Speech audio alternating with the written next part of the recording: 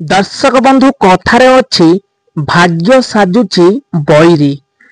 तो जो मनुष्यर भाग्य साजिब बईरी सेई मनुष्य माने संसार को त्याग करने कथा भावती। तो आजिर बड़ खबर रहुची कि बड़ प्रसंग रहुची कि भाग्य को नहीं मनीष किपरि भाबरे बंचिब आ भाग्य काहींकी साजे बईरी। तो जो मानक पाखरे एही प्रश्नर उत्तर नहीं ताहा आज आमे खोजी पाइछु।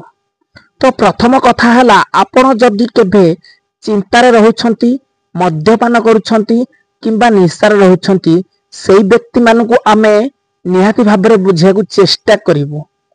तो भाग्य किपरि बईरी साजे आ भाग्य केमिति निज भाग्य निजे तैयारी करा जाए। तो ताहार प्रकृत उद्देश्य होउछि कि आमे जेतेबेले खराब बाटरे जाइथाउ ठीक सेई समय आमर भाग्य आमर शत्रु पाल्टी जाए, जो कारण आमे माने द्वंद्वरे पड़ी मध्य अबाट को चली जाऊ। तो प्रथमे मु कहि रखिबी जदि आपण माने केभे भी निज प्रति अन्याय करने को चेष्टा करछंती ताहाले आपणक भाग्य आपणकर बईरी साजिबो। तो जदि आपण केभे परर अनिष्ट चिंता करछंती तो आपणक भाग्य आपणकर बईरी साजिबो। तो आपण जदि लोभ मोह माया रे पड़ी रहिछंती तो निहाती भाबरे संभव होइबो आपणक भाग्य आपणकर बईरी साजिबो। तो जीवन रे किछि एमिति करंतु जेमिति सारा दुनिया तुमको चिन्हिबो।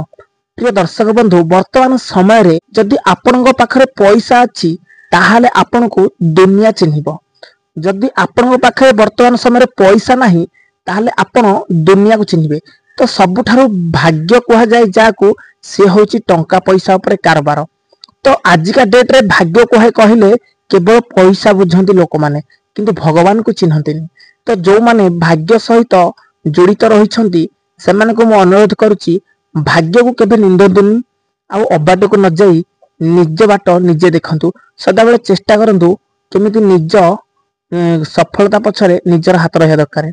तो एति कहि रहउची जय जगन्नाथ।